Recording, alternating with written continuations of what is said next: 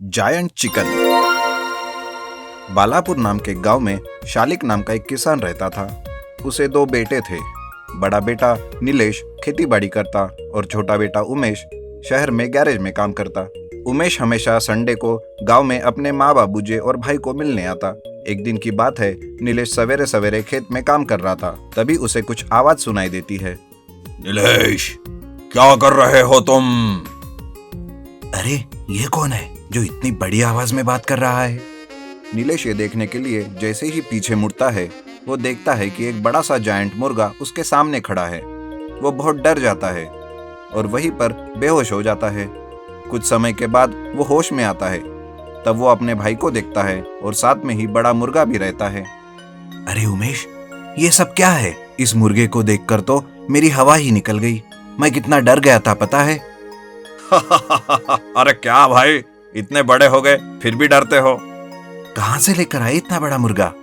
अरे भाई, यह मुर्गा दरअसल सर्कस की एक मुर्गा गाड़ी है। इसमें कुछ प्रॉब्लम हो गई थी, जिस वजह से इसे ठीक करने के लिए हमारे गैरेज में लाया गया। वैसे तो यह रिपेयर हो गया, सोचा आपकी थोड़ी फिरके ही ले लूं। अरे वाह बेटा, अपने बड़े भाई की फिरकी लेगा। दोनों हंसते हैं और थोड़ी देर में नीलेश सोचकर कहता है, अरे उमेश, तू बहुत ही अच्छे समय पर गांव में आया है। जैसे तूने मेरी हवा निकाली, ठीक वैसे ही एक आदमी की हवा निकालनी है हमें। कौन है भाई, और क्यों उसकी हवा निकालनी है? उमेश, हमारे गांव का जो जमींदार है वो मजबूर किसानों का फायदा उठा रहा है।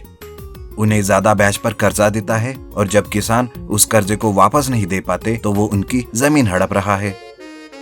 अच्छा, फिर तो उसकी हवा निकालनी जरूरी है भाई। नीलेश और उमेश मिलकर एक प्लान करते हैं। प्लान के हिसाब से उमेश शाम को जमींदार के घर जायंट मुर्गा बनकर जाता है और उसको डराता है। अरे ओ जमींदार, निकल घर से बाहर, देख कौन आया है तेरे द्वार। अबे कौन है बे जो शाम को मुझे परेशान करने आया है? जमींदार जैसे ही घर से बाहर निकलता है, उसके सामने बड़ा जायंट मुर्गा देखता है। वो बहुत डर जाता है। अरे बाप रे, ये क्या है? ये क्या मुसीबत है? इतना बड़ा मुर्गा, मैंने तेरा क्या बिगाड़ा है? तू क्यों यहाँ आया है? ठीक कहा जमींदार, मैं एक मुसीबत ही हूँ जो तेरा काल बनकर आया हूँ। मुझे बहुत भूख लगी है, मुझे खाना दो, नहीं तो मैं तुझे ही खा जाऊंगा। जमींदार अंदर जाकर अनाज की बोरियां लेकर आता है और जायंट मुर्गे के सामने रख देता है। जायंट मुर्गा भी पूरा अनाज अपने पेट के अंदर डाल देता है, लेकिन उसकी भूख नहीं मिटती। वो कहता है, अरे क्या जमींदार, तेरे इस अनाज से तो मेरी भूख ही नहीं मिटी। तो फिर और क्या चाहिए? मेरी भूख कागज से मिटती है। तेरे घर में जितने भी कागज है वो सब कागज मेरे सामने लाकर रखो। जमींदार डर के मारे घर के अंदर जाता है और उसके पास जितने भी कागज होते हैं वो सब जायंट मुर्गे को ला कर देता है, लेकिन फिर भी मुर्गे की भूख नहीं मिटती। अरे जमींदार, मेरे सामने ज्यादा स्मार्ट मत बनो। तुम्हारी तिजोरी के अंदर जो कागज है मुझे वो भी चाहिए, उसे भी लेकर आ, वरना आज तेरी मौत निश्चित है। जमींदार फिर से डर के मारे घर के अंदर जाता है और उसके पास किसानों के जमीन के जो कागज होते हैं वो जायंट मुर्गे के सामने लाकर रखता है। मुर्गा उसे अपने अंदर ले लेता है और वहां से चला जाता है। फिर उमेश घर जाकर सारे कागजात निकालता है और उनको वापस किसानों में बांट देता है। कुछ दिन बीत जाते हैं और जमींदार गांव में सर्कस देखने जाता है और जैसे ही जमींदार वहां पर जायंट मुर्गा देखता है, अरे ये तो मुर्गा सर्कस का है। अरे बाप रे, मैं तो लुट गया, ये तो सर्कस का मुर्गा है। अरे मुझे किसी ने बेवकूफ बनाया। ऐसा कहकर जमींदार अपने सर पर हाथ रखता है। इधर नीलेश और उमेश उस पर जोरों से हंस पड़ते हैं। जादुई बटर नान। रामपुर नाम के गांव में राम नाम का एक आदमी रहता था। वो गांव में एक होटल में बटर नान बनाता था। वो कद में बहुत छोटा था। उसे सब छोटू छोटू कहकर बुलाते थे। एक दिन होटल का मालिक राम से कहता है, अरे ओ छोटे, जाके दो बटर नान बना के ला, कस्टमर का ख्याल क्यों नहीं रख रहा है? अरे ओ छोटू, बटर नान तो ले आया, मगर इसमें सब्जी कौन लाएगा? तेरा ऑनर लाएगा क्या? जमीन से 1 फुट भी नहीं हो, खींच के एक दूंगा ना तो उड़कर कहीं और जाकर गिरोगे। चल जाओ, जाकर जल्दी से सब्जी बनाकर लाओ।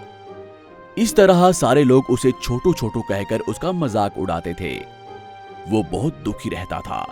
वो हमेशा यही सोचता था कि क्यों भगवान ने मुझे ऐसा छोटा बनाया। वो ये बात अपनी माँ को बताकर दुखी होता था। माँ, क्यों तुमने मुझे ऐसा जन्म दिया? सब मुझे छोटू छोटू कहकर मेरा मजाक उड़ा रहे हैं। बेटा, दुखी मत हो। भगवान ने हमें जैसा रूप दिया है इसका हमें शुक्रिया अदा करना चाहिए। चाहे कोई छोटा हो या लंबा, फिर भी मानव जन्म बहुत धन्य है। कोई कुछ भी कहे, हमें उन बातों का ख्याल नहीं करना चाहिए। तुम अपना काम करते जाओ, दुखी मत हो। लोगों का क्या है, वो तो कुछ ना कुछ कहते ही रहते हैं। ठीक है माँ। उस रात दुखी होकर वो सो जाता है। अगले दिन सुबह वो एक जंगल से गुजर रहा था कि उसकी नजर एक साधु पर पड़ती है। रामू साधु जी को प्रणाम करता है और उनसे पूछता है, स्वामी जी, मैं आपको मेरी समस्या बताता हूँ। क्या आप मुझे उसका कोई उपाय बताएंगे? मैं कद में बहुत छोटा हूँ, सब मेरा मजाक उड़ाते हैं। मैं इसे कैसे बदलूं? देखो बेटा, किसी के मुंह से निकली हुई बातों से हमें दुखी नहीं होना चाहिए। हमें अपने काम पर श्रद्धा होनी चाहिए। हम जो काम कर रहे हैं वही भगवान है। दिल लगाकर अगर हम हमारा काम करेंगे तो हमारे सारे काम बनते जाएंगे।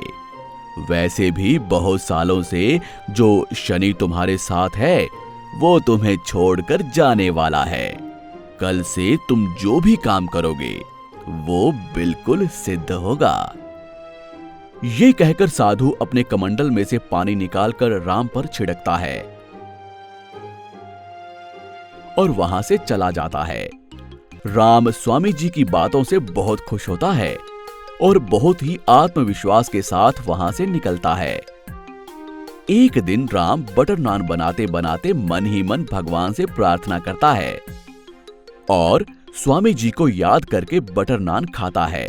बस देखते ही देखते राम 10 फीट का हो जाता है। सब उसे देखकर हैरान हो जाते हैं।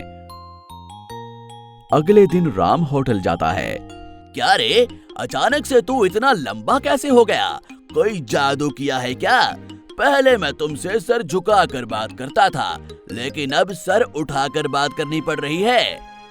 कई बार कुछ चीजें ऐसे ही हो जाती हैं मालिक। क्या इस बार आप मुझे छोटू कहकर बुला सकोगे क्या? इस बार सब तुम्हें लंबू लंबू कहकर बुलाएंगे और वैसे भी इतने लंबे आदमी की हमारे दुकान में कोई जरूरत नहीं है। तुम जा सकते हो। ये सुनकर राम वापस घर आता है और राम ज्यादा लंबा होने की वजह से किसी भी घर में सीधे से नहीं जा सकता था। बिस्तर पर भी पूरी तरह से नहीं लेट सकता था। हर बात में उसे तकलीफ होने लगी। उसके कद की वजह से कोई उसे काम भी नहीं देता था। वो परेशान होकर मन ही मन सोचता है, अरे माँ और स्वामी जी ठीक ही कहते थे, हमें भगवान के दिए हुए रूप में ही खुश रहना चाहिए, ना कि उदास होना चाहिए। उस रात राम फिर से एक बटर नान बनाकर खाता है और भगवान से प्रार्थना करता है और सो जाता है। अगले दिन सुबह वो अपने पहले वाले कद पर वापस आ जाता है और वो स्वामी जी से मिलकर उन्हें सारी बात बताता है। स्वामी जी सारी बात सुनकर, बेटा, भगवान ने जो हमें रंग रूप और कद काठी दी है, हमें उसी में संतुष्ट रहना चाहिए, ना कि उसकी शिकायत करनी चाहिए। लालच सब कुछ नष्ट कर देता है। अब तुम्हें बात समझ में आ गई है। इतना ही बहुत है। अब अपने काम से काम रखो। अगले दिन राम अपनी एक बटर नान की दुकान खोलता है और उसके बाद वो किसी की भी बातों को अपने दिल पर नहीं लेता और ईमानदारी से अपना काम करता है और एक दिन वो बहुत धनवान बन जाता है। आपको हमारी ये कहानी कैसी लगी हमें कमेंट बॉक्स में जरूर बताएं और यदि आप ऐसी ही और भी कहानियां सुनना चाहते हैं तो हमारे चैनल को सब्सक्राइब करना ना भूलें। शुक्रिया।